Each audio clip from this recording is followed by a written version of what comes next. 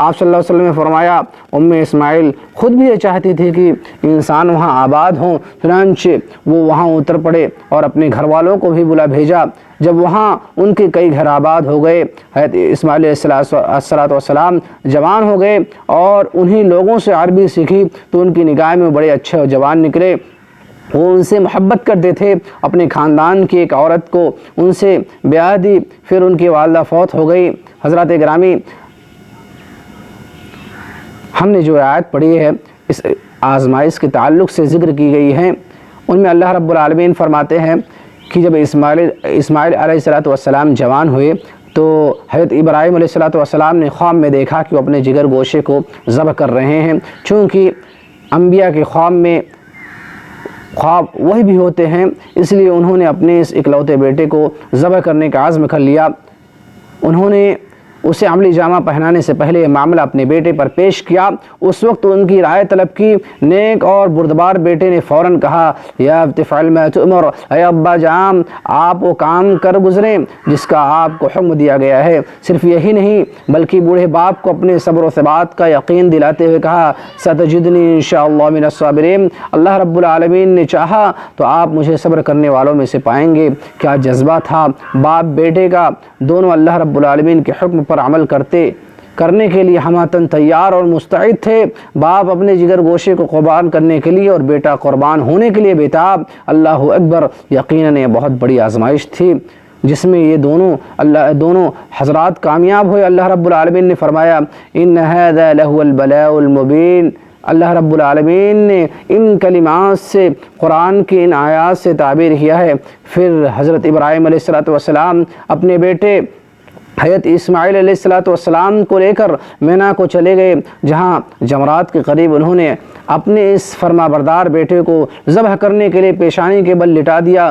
تب چشم فلک نے دیکھا کہ ایک بوڑھا باپ اپنے جوان سال بیٹے کی گردن پر چھری رکھ رہا ہے۔ عین اسی گھڑی میں اللہ رب العالمین کی طرف سے پکارا، یا ابراہیم قد صدقت الرؤیا، اے ابراہیم آپ نے اپنا خواب سچ کر دکھلایا۔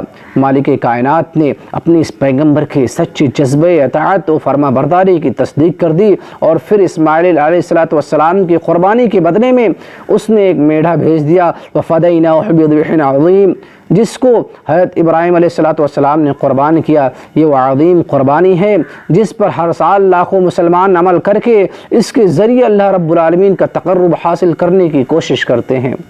اللہ رب العالمین ہم تمام لوگوں کی قربانی کو قبول کرے۔ حضرات گرامی، قربانی کرنا نبی اکرم صلی اللہ علیہ وسلم کی سنت مبارکہ بھی ہے، جس پر آپ صلی اللہ علیہ وسلم نے مدینہ منورہ میں قیام کے دوران ہر سال عمل فرمایا، بلکہ آپ صلی اللہ علیہ وسلم نے طاقت کے باوجود قربانی نہ کرنے والوں کو سخت تنبیہ فرمائی ہے۔ آپ صلی اللہ علیہ وسلم نے فرمایا کہ جو شخص استطاعت کے باوجود قربانی نہیں کرتا ہو وہ ہماری عیدگاہ میں نہ آئے، لہٰذا جو شخص قربانی کی طاقت رکھتا ہو اسے قربانی ضرور کرنی چاہیے۔ اسی طرح آپ صلی اللہ علیہ وسلم نے فرمایا، اے لوگو، بے شک ہر گھر والوں پر ہر سال ایک قربانی ضروری ہے، لہذا اگر استطاعت ہو تو قربانی نہیں چھوڑنی چاہیے۔ یہ بات ذہن میں رہے کہ تمام عبادات کی طرح قربانی میں بھی اخلاص نیت ادحس ضروری ہے، لہذا اللہ رب العالمین کی رضا کے لیے جانور قربان کریں۔ ریاکاری ہو یا تعریف سننے کی خواہش ہو کہ لوگ یہ کہیں کہ فلاں نے قربانی کی ہے، تو یہ دونوں چیزیں قربانی کے ثواب کو ضائع و برباد کر دیتی ہیں۔ اللہ رب العالمین ارشاد فرماتا ہے، فَصَلِّ لِرَبِّكَ وَانْحَرْ، اپنے رب کے لیے ہی نماز پڑھ اور اسی کے لیے قربانی کر۔ اسی طرح اللہ رب العالمین فرماتا ہے، قُلْ إِنَّ صَلَاتِي وَنُسُكِي وَمَحْيَايَ وَمَمَاتِي لِلَّهِ رَبِّ الْعَالَمِينَ لَا شَرِيكَ لَهُ وَبِذَلِكَ أُمِرْتُ وَأَنَا أَوَّلُ الْمُسْلِمِينَ، کہ کہہ دیجئے کہ بے شک میری نماز، میری قربانی، میری زندگی، میری موت صرف اللہ رب العالمین کے لیے ہے جو تمام جہانوں کا رب ہے اور اس کا کوئی شریک نہیں۔ مجھے یہی حکم دیا گیا ہے اور میں سب سے پہلا مسلمان ہوں۔ اس کے ساتھ ساتھ ہم آپ کو یہ بھی یاد دلا دیں اور یہ بھی بتلا دیں کہ جانور چاہے قربانی کا ہو یا کوئی اور ہو، ہر جانور کو صرف اللہ رب العالمین کے نام پر ذبح کرنا لازم ہے۔ غیر اللہ کے نام پر ذبح کیا جانے والا جانور حلال نہیں ہوتا۔ اللہ رب العالمین ارشاد فرماتا ہے انما حرم علیکم المیتۃ والدم ولحم الخنزیر وما احل به لغیر اللہ، کہ بے شک اس نے تم پر یعنی اللہ رب العالمین نے تم پر حرام کر دیا ہے مردہ جانور، خون، سور کا گوشت اور ہر وہ جانور جس پر اللہ رب العالمین کے علاوہ دوسروں کا نام پکارا گیا ہو۔ نبی اکرم صلی اللہ علیہ وسلم کی ایک حدیث کے مطابق وہ شخص ملعون ہے جو اللہ رب العالمین کے علاوہ کے نام پر جانور ذبح کرے۔ آپ صلی اللہ علیہ وسلم نے فرمایا لعن اللہ من ذبح لغیر اللہ، اللہ رب العالمین کی لعنت ہو اس شخص پر جس نے غیر اللہ کے لیے جانور ذبح کیا۔ لہٰذا قربانی کا جانور ذبح کرتے ہوئے ان دو باتوں کا خیال رکھنا ضروری ہے، ایک تو یہ کہ نیت میں اخلاص ہو اور اس قربانی کے ذریعے محض اللہ رب العالمین کی رضا کو حاصل کرنا مقصود ہو، دوسری یہ کہ جانور کو اللہ رب العالمین کے نام پر ہی ذبح کیا جائے، غیر اللہ کے نام پر نہیں۔ اور ایک بات اور ذہن نشین کر لیں کہ قربانی کا وقت عید الاضحیٰ کی نماز کے بعد ہے، لہٰذا اگر کوئی شخص نماز سے پہلے عید کی نماز سے پہلے قربانی کر لی تو اس کی قربانی قبول نہیں ہوگی، اس کے لیے ضروری ہے کہ اس کی جگہ دوسری قربانی کرے۔ جندب بن سفیان رضی اللہ تعالیٰ عنہ کا بیان ہے کہ میں قربانی کے موقع پر نبی کریم صلی اللہ علیہ وسلم کے ساتھ تھا، ابھی آپ نماز عید سے فارغ ہی ہوئے تھے کہ آپ نے ان جانوروں کا گوشت دیکھا جنہیں آپ صلی اللہ علیہ وسلم کی نماز سے فارغ ہونے سے پہلے ہی قربان کر دیا گیا تھا۔ آپ صلی اللہ علیہ وسلم نے فرمایا کہ جس شخص نے قربانی کا جانور نماز عید سے پہلے ہی ذبح کر دیا وہ اس کی جگہ اور جانور ذبح کرے، اور جس نے ذبح نہیں کیا وہ بسم اللہ پڑھ کر ذبح کرے۔ اسی طرح یہ بات بھی ذہن میں رکھیں کہ قربانی کے لیے جو جانور آپ نے خاص کر رکھا ہے یا جو جانور آپ خرید کر قربان کریں گے وہ موٹا تازہ ہو اور بے-عیب ہو۔ حضرت براء بن عازب رضی اللہ تعالیٰ عنہ بیان کرتے ہیں کہ نبی کریم صلی اللہ علیہ وسلم نے فرمایا کہ قربانیوں میں سے 4 قسم کی قربانی جائز نہیں ہے۔ نمبر 1 وہ جانور جو بھینگا ہو اور اس کا بھینگا پن واضح ہو۔ نمبر 2 وہ جانور جو مریض ہو اور اس کی بیماری بالکل عیاں ہو، ظاہر ہو۔ نمبر 3 وہ جانور جو لنگڑا ہو اور اس کا لنگڑا پن ظاہر ہو۔ نمبر 4 اور وہ جانور جو انتہائی کمزور و لاغر ہو جس کی ہڈیوں میں گودا نہ ہو۔ لہذا اس جانور کی قربانی کرنا جائز نہیں ہے جن میں ان عیبوں میں سے کوئی عیب پایا جاتا ہو، اسی طرح نہ کان کٹا ہوا ہو نہ ہی سینگ ٹوٹا ہوا ہو۔ تاہم جانوروں کا خصوصی طور پر اس چیز کا اہتمام کرنا چاہیے، اس چیز کا خیال کرنا چاہیے۔ اللہ رب العالمین ہم تمام لوگوں کی قربانی کو قبول کرے اور اسے ذخیرہ آخر بنائے، آمین۔ السلام علیکم ورحمۃ اللہ وبرکاتہ۔